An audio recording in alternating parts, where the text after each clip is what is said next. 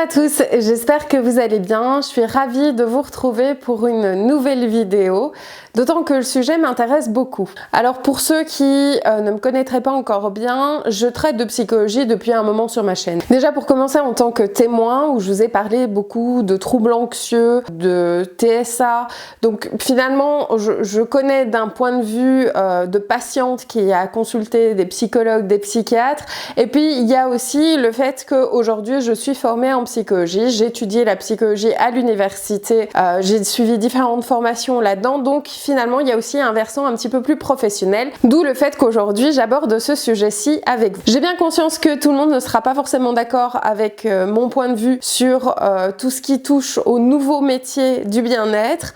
C'est vrai pour le coup que on pourra dire que je prêche plutôt pour ma paroisse qui est la psychologie, bien que sachez que je suis également très critique vis-à-vis de la psychologie et de la psychiatrie. Je pense qu'il y a beaucoup de choses sur lesquelles on a tout faux et que c'est peut-être aussi pour ça que les gens se tournent vers des méthodes alternatives pour essayer de se sentir mieux. Pour moi, on a vraiment vécu depuis quelques années un essor de tout ce qui touche au développement personnel, au bien-être. On le voit quand on va dans des librairies par exemple, il y a vraiment un rayon développement personnel qui propose un éventail de publications qui est vraiment très large au point même de plus savoir où donner de la tête, quoi choisir. Donc on sent vraiment que c'est un sujet qui importe de nos jours. On le voit aussi parce qu'on a des cellules qui sont vraiment orientées bien-être au travail, chose qu'il y a quelques années on entendait beaucoup moins parler. De plus en plus maintenant on se dit que travailler pour manger c'est une chose, mais qu'on aimerait également s'épanouir dans son métier et qu'on veut aussi avoir du temps pour soi, du temps pour faire des activités complémentaires, pour prendre soin de soi, pour décompresser aussi au niveau de tout ce qui est pression. On a eu encore un coup de boost supplémentaire avec le Covid, puisque on a eu un essor du télétravail et beaucoup de gens se sont dit mais en fait c'est vachement cool le télétravail, c'est vachement fun et moi j'ai envie de continuer à avoir du temps pour moi à la maison. Donc voilà, tout ça fait que finalement l'émergence de tous ces métiers annexes au bien-être physique et mental, mais moi je vais vraiment me concentrer sur le bien-être mental, finalement c'est normal que ça voit un petit peu le jour. Quand je vous parle de métiers annexes au bien-être mental, je mets dans une catégorie, et je devrais même les mettre dans deux catégories, la psychologie et la psychiatrie, puisque c'est deux approches qui sont certes universitaires mais sont totalement différentes pour le coup. Et puis on a d'autres métiers du bien-être qui sont plutôt coach de vie, thérapeute au sens large, c'est-à-dire tous les métiers qui n'ont pas le droit d'apporter le titre de psychologue et de psychiatre, donc psychopraticien, etc. Là, je vais faire aussi une distinction, c'est-à-dire que là-dedans, nous avons des gens qui sont formés à la psychologie, à des méthodes alternatives, mais qui ne peuvent pas avoir le titre de psychologue et qui donc utilisent le titre de thérapeute. Moi, par exemple, en professant, j'ai besoin d'avoir le titre de thérapeute sans pouvoir pour l'instant parler de titre de psychologue parce que je ne suis pas encore psychologue. Et donc finalement, tout ça crée un petit peu une confusion sur qui est formé dans quoi ou pas. Et c'est finalement assez difficile pour le patient, je pense, à moins de lire le CV précis du thérapeute, de savoir quelle est sa formation, si en effet il est fiable, qu'est-ce qu'il peut ou non nous apporter. Alors il y a différents moyens, il nous a été recommandé, on voit des avis positifs sur Google, etc. Mais il y a de quoi un petit peu s'y perdre et pour le coup je trouve que c'est pas pratique. Il devrait certainement y avoir d'autres catégories, d'autres appellations un peu plus précises pour permettre aux gens de s'y retrouver. Alors je ne vais pas du tout cracher sur tous ces métiers du bien-être dans le sens où il y a aussi des naturopathes, des sophrologues, etc. Il y a des formations reconnues par l'État ou pas, etc. Et il y a des gens totalement valables là-dedans. Et ça c'est très important de le savoir. Il y a des gens vraiment qui font très bien leur travail parce qu'ils ont beaucoup étudié, parce qu'ils se sont beaucoup renseignés, parce qu'ils ont beaucoup de pratiques, etc. Maintenant, il n'empêche que dans une quand même grande partie des cas, en réalité, on assiste à des gens qui sont en reconversion professionnelle. On arrive à la trentaine, voire plus, et on se rend compte tout à coup, souvent c'est comme ça que ça se passe, on a une espèce de révélation en se disant le métier que je fais n'est pas un métier qui a du sens, j'ai envie de faire quelque chose chose qui sera utile et donc j'ai envie de me tourner vers quelque chose qui est plus de l'ordre de la santé, du bien-être, j'ai envie d'aider les autres et donc on se tourne vers toute cette panoplie de métiers avec parfois la difficulté du oui, la psychologie m'intéresse, mais ça veut dire une reprise d'études, 5 ans, voire plus. Et donc, parfois, la solution de facilité, c'est simplement de faire des petites formations annexes ou pas de formation du tout et de ensuite se décréter life coach ou un autre terme du genre. C'est pas parce que j'écoute bien ou que je donne des bons conseils à mes amis que le lendemain, je vais pouvoir me réveiller et dire que je suis psy. Ça ne veut pas dire qu'il n'y a pas un bon terreau de base et que ces gens étant passionnés ne feraient pas de très bons psychologues. Mais le problème, c'est qu'il y a une formation de base qui est vraiment manquante. Même si on n'a pas envie d'être psychologue à proprement parler, il n'empêche qu'on, si on exerce dans le domaine psy au sens large, on ne peut se dispenser d'une formation en psychologie. On a besoin de comprendre comment fonctionne le cerveau, on a besoin de comprendre comment fonctionne le corps de manière générale. C'est important de connaître les différentes pathologies aussi pour pouvoir les repérer et proposer l'accompagnement qui est le meilleur à la personne. Alors, souvent, ces gens-là n'ont pas la prétention de vouloir accompagner quelqu'un qui souffre de TSA, de troubles bipolaires ou d'autres pathologies, mais il n'empêche que s'il y a quelqu'un qui vient leur demander un accompagnement, il est important qu'ils puissent repérer ces signaux-là et dire, en fait, voilà, mon accompagnement va se limiter à ça, je ne peux pas proposer plus et ensuite, je dois rediriger la personne vers un professionnel de santé qui s'y connaît là-dedans. Sinon, le risque est en réalité de travailler très en surface, de faire perdre du temps à la personne, voire même d'aggraver sa pathologie, ses symptômes, et d'arriver avec quelqu'un qui a perdu peut-être 1 an, 2 ans, vient finalement consulter un psychologue ou un psychiatre et est plus mal qu'avant, a des fausses croyances et tout ça complique un petit peu le travail thérapeutique par la suite. Moi qui travaille beaucoup sur les réseaux sociaux, je vois beaucoup passer des profils de personnes qui sont life coach, proposent des photos très glam en plus, donc c'est en pleine nature. Je propose aussi des photos en pleine nature, je reviens pas, c'est pas la question, mais c'est vraiment un côté très vitrine, avec quelqu'un qui a un beau physique, généralement se met fort en valeur, prend des positions de yoga, de méditation, montre à quel point sa vie est healthy et à quel point cette personne peut vous apporter du bien-être également. Alors, le problème de ça, c'est aussi, c'est tellement travaillé et c'est tellement léché, entre guillemets, que ça culpabilise aussi pas mal. C'est-à-dire que, cette personne a une vie qui semble absolument parfaite, sa vitrine Instagram lui montre à quel point cette personne est tout le temps souriante, tout le temps de bonne humeur, et puis moi, finalement, ma vie ressemble pas à ça, donc je me culpabilise pas mal pour arriver à ça.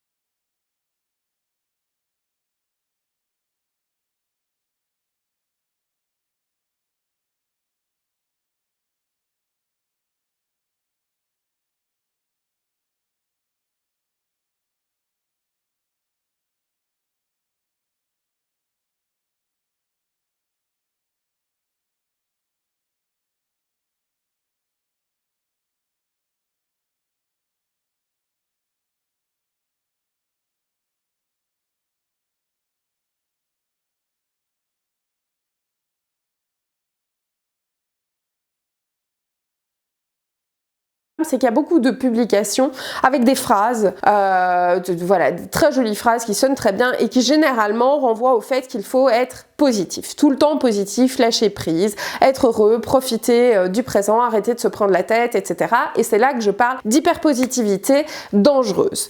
Et même on peut même parler d'hyperpositivité toxique. Je pense que le terme convient totalement, dans le sens où, bien sûr, c'est bien de lâcher prise, c'est bien d'être positif dans sa vie, de voir plutôt le verre à moitié plein que le verre à moitié vide. Mais, et il y a un gros mais, on est des êtres humains, nous ne sommes pas faits de glace et nous traversons tout un type d'émotions et d'événements à travers notre vie, et c'est un petit peu comme si je disais à quelqu'un, tu viens de perdre un proche, tu n'as pas le droit d'être malheureux. Là je prends un exemple vraiment trash pour que vous compreniez ce que je veux dire. C'est tu n'as pas le droit d'être malheureux, là tu dois remonter, tu dois sourire, tu sais la personne elle est bien là où elle est et toi tu dois te focaliser sur ta vie. Tu penses qu'elle serait heureuse de te voir comme ça malheureuse, donc relève-toi et sois heureux. Et puis la personne se dit ah oui non j'ai pas le droit, c'est débile que je sois malheureuse. Puis la personne essaye de refouler tout ça et se dit non maintenant à partir de maintenant je vais être heureuse. Ça c'est nier les étapes du deuil. C'est important quand on traverse quelque chose, un événement, une parole douloureuse, n'importe quoi, de laisser venir à soi l'émotion. C'est-à-dire que si à ce moment-là on ressent de la douleur, il ne faut pas la nier. Si on ressent de la colère, il ne faut pas la nier non plus. Et en vous disant ça, je me rends bien compte qu'en même temps, je vous dicte en même temps comment vous êtes censé faire. Donc ce qui est un petit peu paradoxal, mais c'est plus dans le sens où, pour le coup, j'essaye de vous réinsuffler de la liberté et de la non-culpabilisation sur le truc. C'est normal, vous avez une sensation, il ne faut pas la renier. Je veux dire, c'est bien de l'accueillir, de la regarder et de se dire, ben voilà, là aujourd'hui je me sens triste, je m'autorise à être triste aujourd'hui et demain ça ira mieux. Et si je vois que ça se prolonge, là je peux commencer à me dire ok alors c'est pas juste passager, peut-être que ce serait bien que je me fasse aider. Est-ce que dans mon quotidien je remarque des petites choses que je pourrais changer et qui me feraient du bien? Mais encore une fois c'est en totale autonomie, c'est vous qui le faites en fonction de ce que vous sentez et ensuite librement vous allez demander de l'aide à quelqu'un si vous estimez que vous avez besoin d'aide pour justement retrouver un état émotionnel plus stable. Mais je ne parle pas ici d'être tout le temps souriant, que tout aille tout le temps bien. Non, non, je parle de stabilité émotionnelle. Parce que le problème de cette hyperpositivité, c'est qu'on refoule en fait. En réalité, on refoule. On ne s'autorise pas à éprouver ça, on refoule, on se culpabilise, etc. Et ça fait des personnalités qui peuvent être vraiment explosives, avec des gens qui ont une bombe à retardement à l'intérieur d'eux. Il suffit parfois d'une toute petite goutte dans un événement qui paraît complètement stupide pour avoir quelqu'un qui explose, parce que émotionnellement, il a tellement encaissé qu'il en peut plus. Et le problème de ça, c'est qu'on vous le dit pas forcément et qu'en plus de ça, c'est même pas, je pense, conscientisé par toutes les personnes qui parlent de cette positivité à tout va. Ensuite, il y a quelque chose qui, moi, m'embête aussi beaucoup et là, j'ai pu l'expérimenter concrètement aussi avec mes patients, c'est que il y en a qui ont consulté des coachs et des choses comme ça avant et qui viennent avec des croyances qui sont limitantes. C'est-à-dire que c'est des « oui, mais j'ai le droit de ». Oui, mais moi, maintenant, les autres doivent me prendre comme je suis, mon bien-être passe avant, etc. C'est des phrases qui, pour moi, sont limitantes dans le sens où ça ferme complètement la possibilité de travailler sur soi et d'avancer. Et à partir de ce moment-là, on se met complètement en décalage vis-à-vis du groupe et on se place soit au-dessus en se disant « c'est moi contre le groupe ». Ils doivent m'accepter tel que je suis, je n'ai pas à dire oui, je n'ai pas à dire mais si, je n'ai pas à faire ça, j'ai le droit de. Alors bien sûr, on a tous le droit de, mais par contre, il faut pouvoir assumer les conséquences de ça. C'est-à-dire que oui, j'affirme haut et fort mon droit de et je ne suis pas content, peut-être que je vais me fâcher avec d'autres personnes, peut-être qu'il y a des gens qui vont me tourner le dos. Et je dois accepter, ce sont des conséquences qui peuvent faire partie de ça. Mais quand on y réfléchit, ça, c'est pas hyper positif en réalité.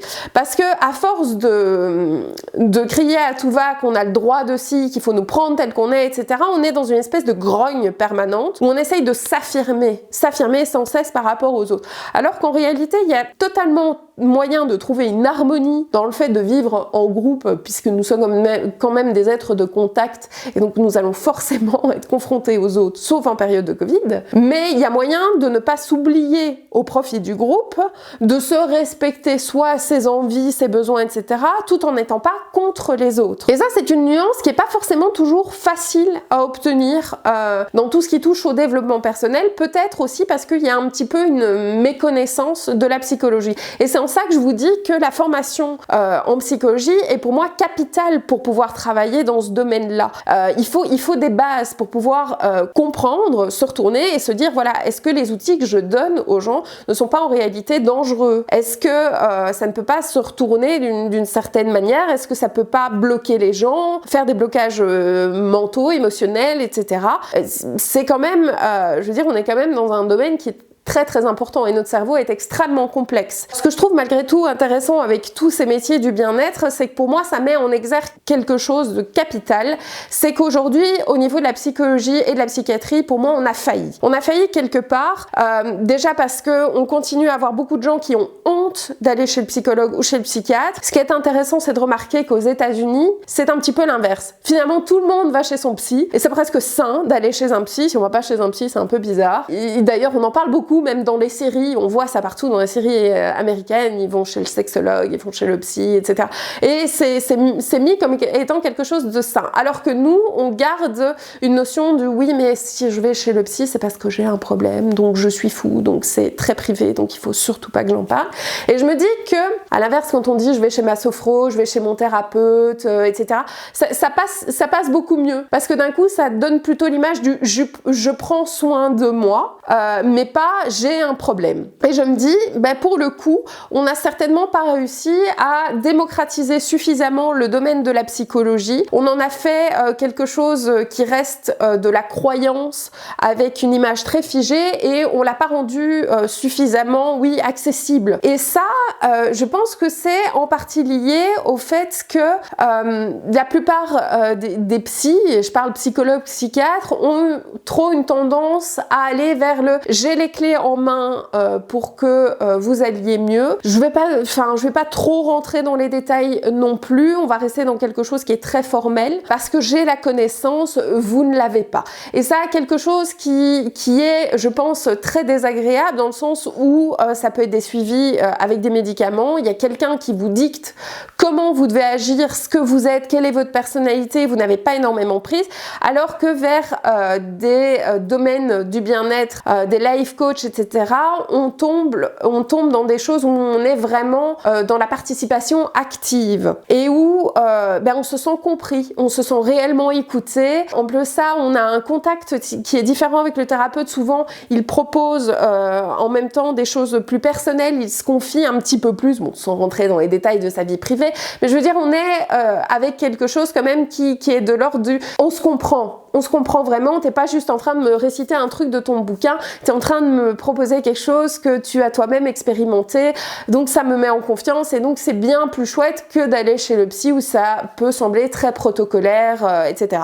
Et donc c'est en ça que je dis, je pense qu'à ce niveau-là, on a des choses à apprendre de tout ça en psychologie et en psychiatrie, et moi c'est un versant qui m'intéresse énormément dans mon travail parce que je pense qu'on peut totalement proposer un suivi thérapeutique, je veux dire totalement valable, sérieux, en étant un petit peu plus humain dans la manière dont on fait les choses, en étant un petit peu plus ouvert au fait que le patient a les clés lui et que c'est surtout lui qui va faire le travail et que on est là pour guider, on n'a pas la toute-puissance en tant que psychologue ou psychiatre, et une certaine humilité dans le fait que le patient peut lui-même apporter des éléments intéressants, qu'on n'a pas forcément la science infuse, qu'il faut parfois aller rechercher, comparer, proposer un suivi un petit peu différent, éventuellement consulter un confrère pour un petit peu échanger sur le sujet, mais ça demande vraiment une remise en question et une refonte un petit peu du métier. Et bien voilà, je pense que j'ai fait à peu près le tour de ce que j'avais envie de vous dire sur ce sujet. J'espère en tout cas qu'il vous aura intéressé. Vraiment, je vous invite de manière générale à garder un esprit critique, et je pense que c'est important, y compris quand on va voir un psychologue ou un psychiatre. Si on sent au fond de soi que la thérapie ne nous convient pas, que le suivi nous apporte pas exactement ce qu'on recherche, il n'y a pas de souci à arrêter un suivi et à aller voir quelqu'un d'autre. C'est valable pour un psy, un psychiatre, c'est valable aussi dans un suivi plus bien-être, où on peut simplement se dire, bah voilà, je me documente, je me renseigne, etc. Ça me correspond pas, mais faire juste peut-être attention et ne pas se leurrer dans le fait que vous allez avoir la panacée en face de vous, que quelqu'un va vous dicter comment vous êtes supposé agir pour être heureux. Il y a une petite recette là pour être heureux, et surtout gardez vraiment à l'esprit que tout ce que vous traversez, toutes les émotions que vous pouvez vivre sont des émotions qui sont légitimes, même si elles peuvent être sombres par moments, sont des émotions qui sont légitimes, et même si il ne faut pas que ça s'éternise parce que ce sera surtout au prix de beaucoup de souffrance pour vous, il n'empêche que ce sont des étapes à traverser et qu'il ne faut pas les nier. Donc quand vous voyez des choses qui sont culpabilisantes, n'oubliez pas que, je veux dire, les vitrines sur le web, parce que vraiment hein, Instagram c'est une vitrine,